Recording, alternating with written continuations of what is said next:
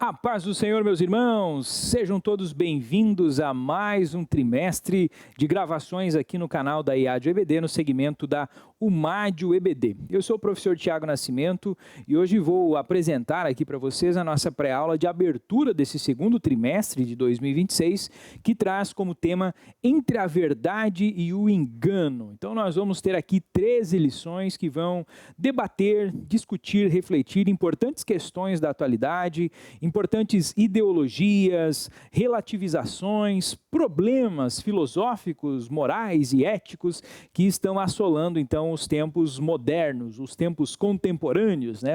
A era da pós-modernidade. E nós vamos ver tudo isso fundamentados na palavra de Deus. Então eu já quero deixar aqui o convite a você que está assistindo essa pré-aula, mas ainda não é um seguidor aqui do canal da IAD EBD, que você faça a sua inscrição, clique no sininho, né, para receber aqui as notificações. Nós teremos aqui no mínimo 13 vídeos, 13 pré-aulas especiais aqui com os professores do nosso grupo da UMAD EBD. Estarão então aqui gravando esses subsídios, essas dicas metodológicas para que você tenha um excelente desempenho no domingo que você for lecionar, ministrar esses conteúdos aí na sua classe.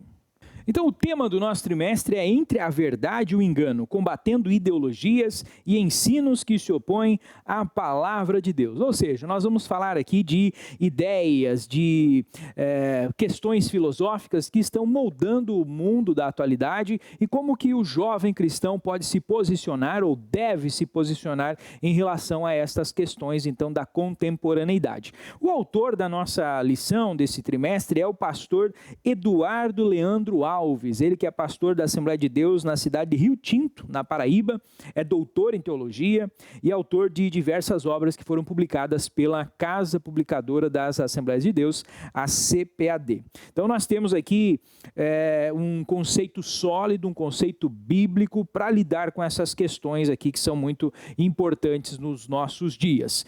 E eu começo já fazendo aqui uma pergunta, né, para você, professor que está lecionando então na classe de jovens desse trimestre. Será que tudo o que nós vemos, tudo aquilo que parece bom, justo, bonito, realmente ele provém de Deus? Essa é a pergunta que eu deixo a você no início dessa aula, né? Porque nós vivemos hoje um tempo onde as ideias elas estão sempre sendo apresentadas como verdades. Vivemos aí na era da pós-verdade, né? Uma era onde parece que todo mundo tem a sua opinião, todo mundo quer mostrar o seu ponto de vista e muitas vezes apresento isso com argumentos cheios de lógica, cheios de uma veracidade aparente, né? Que faz com que muitas vezes a gente pense, não, esse camarada, essa pessoa aqui está falando a verdade, ele sabe do que fala, ele tem conhecimento, ele tem entendimento. Então é muito importante que nós estejamos preparados para lidar com esse tipo de situação, com esse tipo de sofismas, podemos dizer assim, filosóficos, que muitas vezes vão entrar de forma sutil dentro da nossa igreja, dentro da nossa juventude. E a nossa primeira lição vai tratar de algo fundamental dentro do nosso tempo, que é justamente o que é uma ideologia. Então este é o tema da lição de número 1. E você, como professor, pode, de uma forma bastante simples, apresentar esse conceito, então, aí para os seus jovens, dizendo que ideologia é um conjunto de ideias organizadas que tenta explicar o mundo e orientar a forma de viver. De outra forma, nós podemos dizer que a ideologia, ela é quase como que se fosse um óculos que é colocado, então, na pessoa, a partir do qual ela vai enxergar a realidade. Então, ela vai explicar certos aspectos da realidade a partir daquele ponto de vista, a partir daquele conjunto de ideias, a partir daquele conjunto de teorias, de hipóteses, de doutrinas. Então veja que por si só, a palavra ideologia ela é uma palavra neutra. Ela não carrega apenas um aspecto negativo, porque você pode ter tanto ideologias positivas, como você pode ter ideologias negativas, pensando nessa descrição, né, de a ideologia como um conjunto de ideias organizadas. Nesse sentido, a própria religião, ela não deixa deixa de ser uma ideologia. Ela tem o seu conjunto de doutrinas, o seu conjunto de crenças, os seus dogmas, né, aquelas verdades fundamentais, e tudo isso então torna a religião também de certa forma algo ideológico.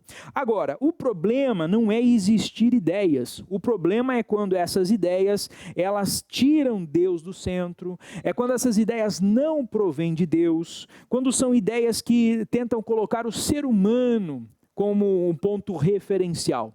E quando a gente olha no decorrer da história, a gente percebe claramente onde isso começou. Já lá no final da Idade Média, no princípio ali do Renascimento, ao início daquilo que é conhecido como o humanismo, né, o antropocentrismo. Por si só, o humanismo ele também não é algo negativo, né? Você olha para a palavra de Deus nos instrui que nós devemos amar o próximo como a nós mesmos. Então, você amar o ser humano, você se identificar com aquilo que é humano também não é algo negativo por si só. O problema está que este humanismo depois, ele foi gerando uma repercussão maior, que a gente coloca então ali como antropocêntrico, né, essa virada antropocêntrica, e ela tirou completamente Deus do centro, tirou completamente a fé da jogada e colocou apenas o ser humano, apenas aquele aspecto pessoal do ser humano, a sua própria ideia, a sua própria visão, aquilo é que realmente importava. Então chegamos a uma relativização de valores. Quando você tira a fé, quando você tira Deus do centro e você coloca o ser humano ele é notadamente um ser pessoal. Cada indivíduo tem a sua ideia, inclusive há um ditado que diz isso, né? Cada cabeça é uma sentença. Então, se o ser humano é a medida de todas as coisas, como os renascentistas afirmavam, então a gente tem um problema. A gente perde a solidez de uma ética baseada na Escritura, a gente perde a solidez de um único código ético, né? Um único código de valores, de certo e errado, e a gente passa para a era da subjetividade, onde aquilo que é certo para um pode não ser certo para outro. Então, tudo isso começa já lá no Renascimento, começa lá no humanismo, mas ele depois vai ganhar muito mais força no período do Iluminismo. Então, quando chega ali a virada para o século XVIII, a chamada Era da Razão, né? Começa com René Descartes, com o seu racionalismo, depois temos ainda a presença do Bacon, né? Francis Bacon, com a questão do empirismo. Eu gosto bastante quando falo em bacon, né? Porque já lembra ali de X-Bacon, né? Aquela carninha de porco, mas não é esse bacon aí que a gente está falando, infelizmente, né? É o filósofo e cientista, né? Podemos assim dizer, o Francis Bacon. E ele traz essa questão daquilo que é empírico, ou seja, aquilo que precisa ser testado. E tudo bem, né? Isso trouxe muitos benefícios para a humanidade, isso trouxe a era da ciência que nós temos hoje, com seus remédios, com seus avanços tecnológicos e científicos, tudo isso foi muito bom. O problema é quando se tentou aplicar o empirismo e o racionalismo na fé cristã. E aí surgem problemas, porque a fé ela é de uma outra esfera, né? Parte de uma outra realidade, de outros axiomas, e aí ao tentar se colocar Deus num laboratório, né? num tubo de ensaio para que ele pudesse ser testado, provado, aí a gente realmente chega a um grande problema, então, que é essa era do ceticismo, então, trazido aí pelo Renascimento e posteriormente pelo Iluminismo. Então, vejam, queridos, que isso tudo está na gênese dessa questão do que é uma ideologia. Então, a ideologia por si só, esse conjunto de ideias, não é problemático. O problema, então, é quando as ideologias substituem a verdade bíblica, quando as ideologias colocam esse relativismo humano como o centro de tudo. E a palavra de Deus nos diz, aqui em Colossenses 2:8, isso é Paulo instruindo os colossenses, avisando a eles, né? Cuidado com filosofias baseadas apenas em ideias humanas e não em Cristo. Ou seja, nem toda ideia é neutra, nem toda ideologia é positiva ou pode ser acatada de uma forma que tem lados positivos e lados negativos. Então nós devemos ter cuidado. Apenas as ideologias, as ideias, as cosmovisões que são compatíveis com o Evangelho, o jovem cristão deve abraçar. Pois bem, entrando aqui na nossa lição, no tópico primeiro, traz aqui as características de uma ideologia. E aqui a gente vai observar que o comentarista coloca 3 pontos básicos aqui da ideologia. Primeiro, ela tem fundamentação humana, ou seja, a ideologia nasce da mente humana. E aí a palavra de Deus nos diz, no livro de Provérbios, que enganoso é o coração humano. Então o coração humano, a mente humana é cheia de inventividade, é cheia de criatividade, mas muitas vezes isso vai nos afastar do Criador. Isso vai nos afastar da verdade bíblica. Então este é o primeiro ponto que nós devemos ter cuidado com as ideologias. A fundamentação dela é humana. Segundo ponto, o comentarista coloca que a autoridade própria, ou trazendo aqui aquela questão do absolutismo ideológico, né? A ideologia ela não se apresenta só como uma opinião, como uma hipótese, como algo que pode ser verdade ou não. Pelo contrário, a ideologia ela se apresenta como verdade absoluta. E quem discorda de uma ideologia, muitas vezes ele é visto como ignorante, como retrógrado e até mesmo como inimigo. E isso a gente viu desde o início da história do cristianismo, né? Isso está presente. Os cristãos, quando surgem lá no período do Império Romano, quando nós olhamos ali para o livro de Atos, a gente vê claramente também essa estranheza que a cultura bíblica, que a cultura cristã, né? A ideologia ou a cosmovisão cristã provocava nos romanos, porque os romanos vinham de uma cultura completamente diferente, uma cultura que tinha o politeísmo como base, tinha valores como a adoração ao imperador, aquela obediência cega ao Estado romano, né, o império, e os cristãos entravam num contraste, né, entravam num conflito, num choque com aquelas ideias. Então tudo isso fez com que houvesse uma grande perseguição do Império Romano para com os cristãos. Mas por que isso? Porque os cristãos tinham a sua própria visão, uma visão baseada na Bíblia, baseada em Cristo, e eles não concordavam com a ideologia dominante. Então a perseguição vinha porque eles eram o outro, eles eram o inimigo. Então este é o problema das ideologias. Se você tem a tua ideologia como uma hipótese apenas, né? Se a ideologia fosse uma hipótese, você respeitaria a hipótese do outro. Você conseguiria ter um diálogo, ter um debate para que houvesse um avanço.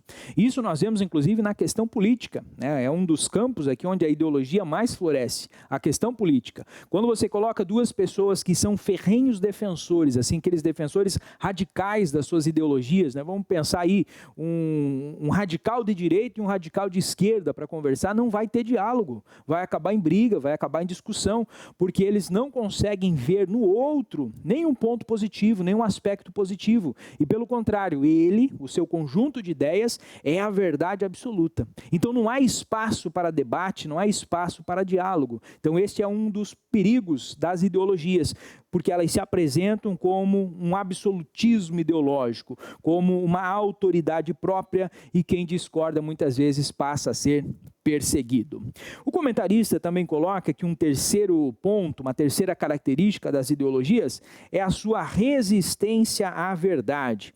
Então este aqui é o nosso subtópico de número 3.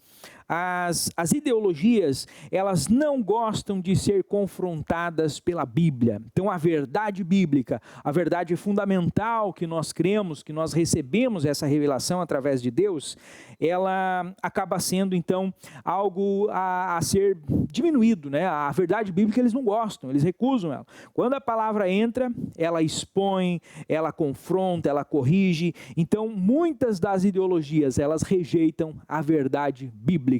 Nós podemos ver isso nas ideologias políticas, então onde houve, por exemplo, o comunismo, né, onde entrou então a ideologia do marxismo, ela sempre acabou gerando aqui uma forte resistência ao cristianismo, sempre acabou gerando uma resistência às formas de religião, né, de toda maneira, mas principalmente ao cristianismo. E muitas vezes os cristãos foram perseguidos, a Bíblia foi proibida, foi censurada, né, justamente porque eles não gostam de ser confrontados pela verdade. Essa é uma característica então da ideologia. Você quer saber, jovem, professor de jovens, você quer saber se aquela ideia que você defende, aquela ideologia é uma ideologia que se choca com a palavra? Analise a respeito disso. Qual é o posicionamento dos líderes, dos mentores, dos fundadores dessa ideologia, dessa corrente filosófica, né, seja ela qual for? Qual é a posição deles em relação à Bíblia? Eles buscaram a base bíblica ou eles são contrários à Bíblia, refratários ao Evangelho? Então isso aqui já é um bom ponto de partida para nós sabermos se a ideia ela realmente é boa, ou se ela é uma ideia que aparenta ter lógica, mas é uma ideia antibíblica. Vamos entrar agora no tópico de número 2, impacto sobre a fé cristã. Então vamos entender qual que é o impacto das ideologias sobre o cristianismo. Aqui nessa primeira introdução, que ficou um pouco longa, aqui, né, mais de 15 minutos aqui falando, mas nós já falamos um pouquinho então a respeito desse impacto, né, onde chega, por exemplo, uma ideologia política, né, e ela acaba impactando então a fé cristã na questão da perseguição. Mas o comentarista ele destrincha isso aqui da seguinte forma: o primeiro impacto é o conflito de valores. Diz aqui o comentarista: as ideologias frequentemente propõem conceitos ou ideias de valores morais ou espirituais que se chocam com os mandamentos de Deus. E aí nós devemos lembrar que a palavra de Deus nos instrui que tudo aquilo que foi escrito para o nosso ensino foi escrito, para a nossa orientação. E a palavra de Deus, ela permanece para sempre. Então não é possível nós refutarmos a palavra de Deus, não é possível nós atualizarmos a Bíblia no sentido de tirar certas partes e acrescentar outras. Não, a gente precisa seguir a palavra de Deus no seu todo, né? Então nesse sentido, quando a ideologia entra em contato com a fé cristã, este é o primeiro ponto. Há um conflito de valores. O jovem começa a viver dividido. A Bíblia diz uma coisa, o mundo, né, a ideologia, a cosmovisão diz outra coisa. E aí vão surgir dúvidas, né? Será que isso aqui realmente é errado? Será que isso aqui não é um exagero? Será que isso aqui não é um ponto que precisa ser atualizado? Porque no passado isso era errado, mas que agora, dentro da nossa sociedade, isso aqui já é permitido. Então isso acaba gerando muitas dúvidas ali, né? E aí ninguém quer hoje, principalmente entre os jovens, pagar de radical, sabe? Ter aquela postura assim: não, você é o cara que está sempre certo, você não é aberto ao diálogo, né? E aí muitas vezes o cristão, o jovem cristão, começa a relativizar os seus valores, começa a abrir mão de certos conceitos que são fundamentais. E aí entra esse problema então. Quando você relativiza uma questão, daqui a pouco tem outra questão que você precisa ceder também. E aí aos pouquinhos vai ruindo todo o seu castelo ideológico, o seu castelo de valores, né? O seu castelo da fé. Porque você começou a tirar um tijolinho e outro ali dos valores. Então, muito importante esse primeiro ponto, o conflito de valores.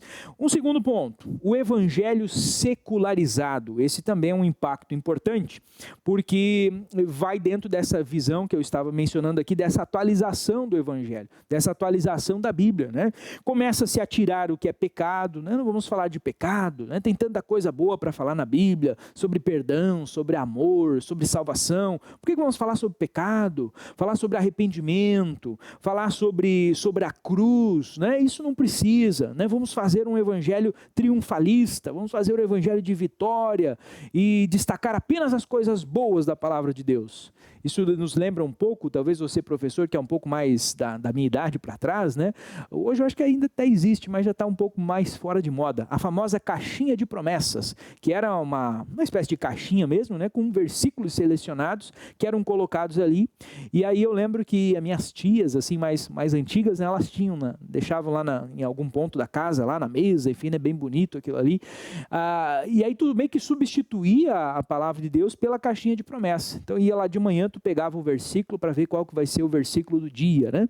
Só que o problema da caixinha de promessa é que só tinha coisa boa, né? Só tinha versículo positivo, versículo de vitória, versículo de fazer bem no teu dia. Então você sempre saía dali achando que ia ser tudo mil maravilhas. E aí gera também esse hábito de fazer quase como se fosse um horóscopo, né? Então hoje não tem pessoas aí que vão consultar o horóscopo para ver como é que é a sorte do dia e tudo mais, né? Então muita gente fazia isso com a caixinha de promessas. Então muito problemático, né, o uso desse tipo de situação aqui. Mas a caixinha de promessas é, de certa forma, um pouco disso, desse evangelho secularizado, esse evangelho almofadado, né, podemos dizer assim, um evangelho confortável, que não confronta, que não fala de pecado, de arrependimento, de cruz. Então acaba sendo um evangelho vazio, porque a palavra evangelho significa boas novas. Mas o que é a boa nova? A boa nova é que há um problema chamado pecado, que todo homem nasce com esse problema.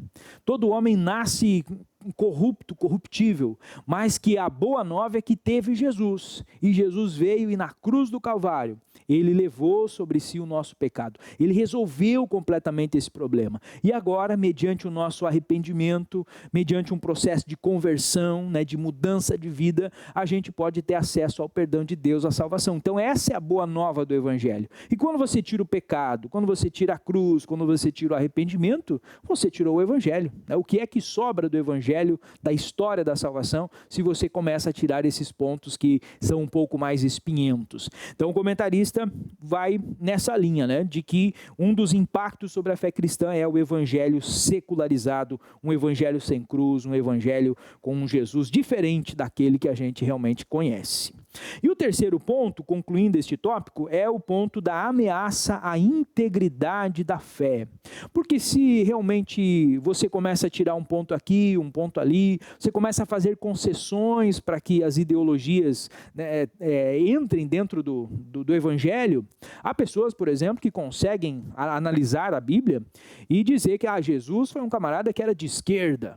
Ou então outros, né, dizem, não, Jesus era um camarada que era de direita. Mas direita e esquerda são ideologias, são conceitos que vieram muito depois, né? Vieram lá a partir de 1789, lá com a Revolução Francesa, com as revoluções burguesas, então, do século XVIII. Então, Jesus não tinha nada a ver com direita e esquerda. Então, tanto o camarada da direita quanto o camarada da esquerda, que olha para a Bíblia com esse óculos da sua ideologia, seja ela direita ou esquerda, e procura encontrar em Jesus características de uma coisa ou de outra, ele está errado, né? Ele está fazendo uma ameaça à integridade da fé. Ele está querendo transformar Jesus num mero, se ele for de esquerda, né, um marxista ali, vai criar uma teologia da libertação, uma teologia daquela, me fugiu agora o nome, da missão integral, né? A TMI, a teologia da missão integral, que são basicamente isso, é transformar Jesus, transformar o Evangelho numa ferramenta de transformação social, para trazer o paraíso na terra através da mudança da sociedade. E Jesus não era isso.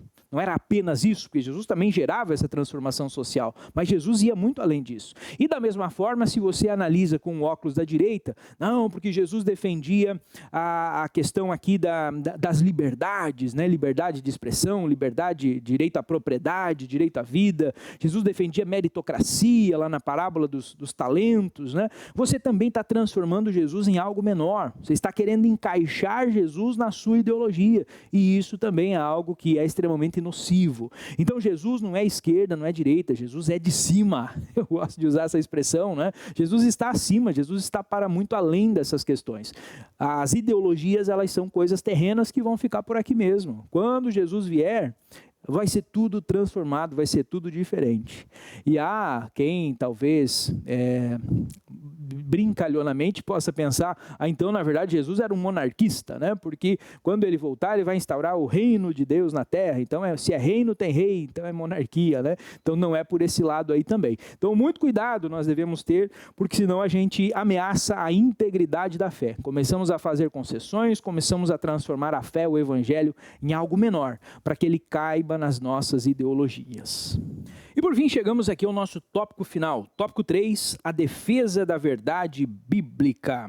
O comentarista organiza aqui esta unidade, esse tópico, em 3 subtópicos. O primeiro deles traz discernimento bíblico e espiritual. Então esta é a primeira arma que o jovem cristão, que o cristão como um todo precisa ter para enfrentar as ideologias. Não é aqui apenas uma questão de inteligência, né? Quando nós falamos de discernimento bíblico, de discernimento espiritual, nós estamos falando da ajuda do Espírito Santo. Isso é um dom de Deus, né? Esse dom de discernir os espíritos, mas é também uma capacidade humana, uma capacidade lógica, racional, de você analisar as ideologias, analisar o seu contexto social, né, a realidade que você vive, e a partir dali você discernir aquilo que é certo, aquilo que é errado, tendo como base, tendo como filtro a palavra de Deus. Então o discernimento bíblico e espiritual, ele é muito importante. É vida com Deus, é palavra, é oração, é sensibilidade espiritual. Não é algo que você possa confiar apenas na sua própria análise, na sua própria inteligência, né? Porque aí você volta a cair naquele problema do coração enganoso do homem. Então o discernimento espiritual é muito importante, a prática das disciplinas espirituais, para que você cultive intimidade com Deus através da atuação do Espírito Santo, e ele vai te gerando esse discernimento. O apóstolo Tiago, ao escrever a sua epístola, ele diz, né, se você tem falta de sabedoria, peça a Deus e ele te dará. Ele é o Pai das luzes, né? Ele tem essa iluminação, ele tem esse esclarecimento para você. Então nós precisamos pedir esse discernimento espiritual para Deus. O segundo ponto, a segunda ferramenta, podemos assim dizer, para enfrentar então as ideologias, está na fidelidade doutrinária. A gente precisa conhecer o que nós cremos. Nós precisamos entender por que nós cremos. Isso aqui é muito importante, porque muitas vezes os nossos jovens, os nossos adolescentes e crianças, eles até conhecem o quê. Eles sabem o que nós cremos, mas eles não conseguem explicar, não conseguem definir com precisão o porquê nós cremos. Então aqui há uma diferença, né? Você saber uma verdade, você saber que aquilo é verdade, porque te foi contado, porque está na Bíblia, é uma coisa. Agora quando você sabe o porquê daquilo, né? Você entende, você faz as conexões do Antigo Testamento com o Novo Testamento, com a realidade atual, com as filosofias, com a própria arqueologia, né? Que vai trazendo elementos históricos ali. Então é diferente, você tem uma firmeza, uma solidez muito maior. E aí nesse sentido, eu quero inclusive indicar para você que é aqui de Joinville e que faz parte da EBD aí na sua congregação, que você procure conhecer também o Discipulado Jovem. O Discipulado Jovem, Academia de Discípulos, esse trimestre vai ser muito importante para você. Nós temos ali, são 15 lições que elas ajudam a abordar justamente essa questão do porquê. Que o jovem entenda, que o jovem se fortaleça na sua fé, não apenas sabendo os rudimentos do que cremos, mas justamente naquilo do porquê nós cremos, as razões por trás daquilo. Então tudo isso é muito importante e você pode entrar em contato, né, com o departamento aí do Discipulado Jovem, que é o @academia.discípulos, e você vai ter acesso a esse material, conhecer esse material, tenho certeza que vai ajudar bastante como subsídio aí para a preparação das suas aulas nesse trimestre. E além disso, nós temos aqui em Joinville, somos agraciados com a Faculdade Refidim, que é um centro de referência no que se refere à teologia pentecostal. Tem ali o curso do bacharelado, né, reconhecido pelo MEC, tem também cursos livres, cursos ministeriais, que vão ajudar bastante nesse crescimento espiritual. Nosso jovem precisa também ter esse crescimento bíblico, esse crescimento teológico, porque isso fortalece a fidelidade doutrinária. E além da Faculdade Refidim, aqui em Joinville, nós temos também o SECOM, que é o centro dos nossos cursos ministeriais, né? Cursos livres que são acessíveis, né, a todo cristão aqui, não apenas aquele que é obreiro, mas todos os cristãos, os jovens também deveriam conhecer os cursos do SECOM, que tudo isso ajuda então a dar essa firmeza doutrinária. E eu marquei aqui também a própria Escola Bíblica Dominical, né? É um espaço, então, amplo para que a gente tenha isso. E Joinville também organiza aí eventos como o EBOGE, eventos como as EBJs, né, de jovens. Então, tudo isso são formas de nós construirmos uma fidelidade doutrinária. E já que estamos falando aqui de eventos de Joinville e tudo mais, também acho interessante reforçar aqui a literatura cristã. E aqui em Joinville nós temos, aqui ao lado do Templo Sede da Assembleia de Deus, a Loja da Bíblia. Na Loja da Bíblia você encontra muitos livros que vão ajudar a te dar essa fidelidade doutrinária, vão te ajudar a te dar embasamento teórico, né? Embasamento na literatura para combater as ideologias. Então veja quantas opções, né, você que é aqui de Joinville tem para você fazer a defesa da verdade bíblica. Então não tem desculpa, né, para você se preparar, se capacitar e garantir aqui a fidelidade doutrinária que o subtópico 2 apresenta.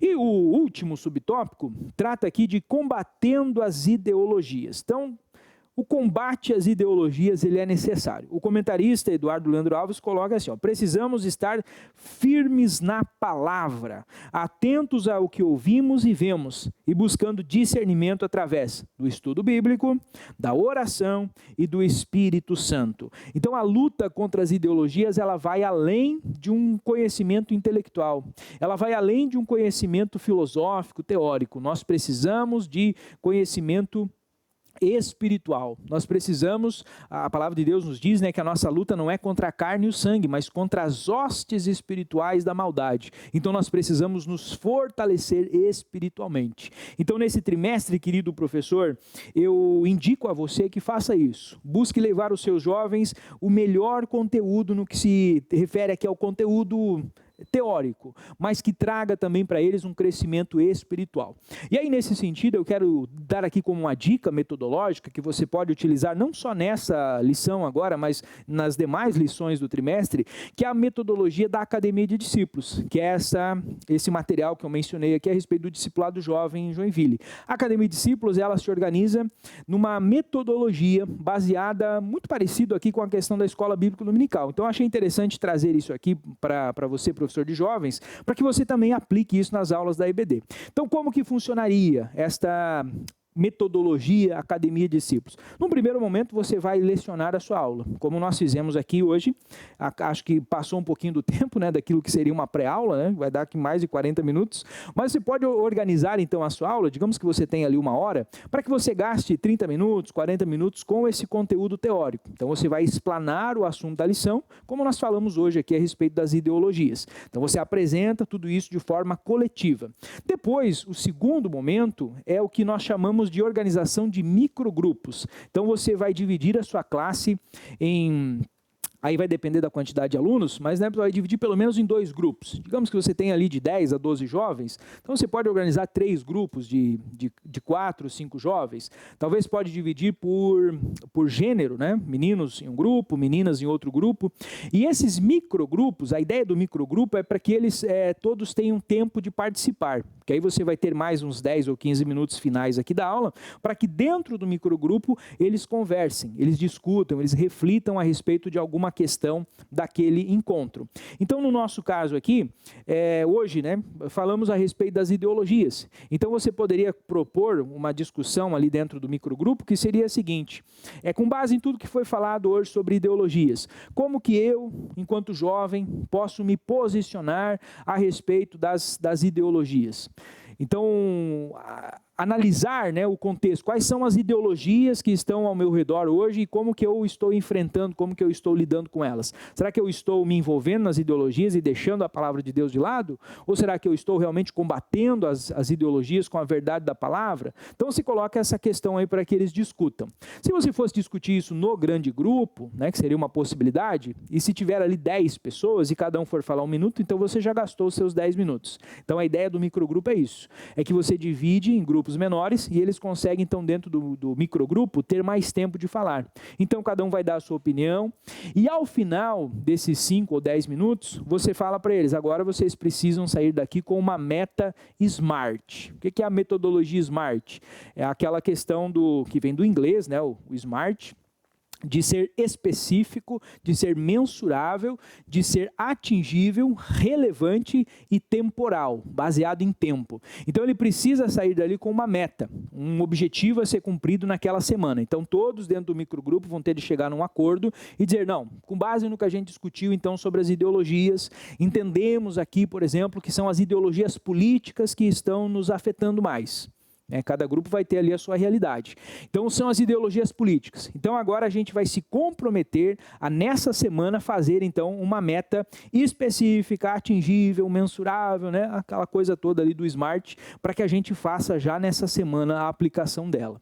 Então a ideia é que eles saiam dali com esta meta específica e eles consigam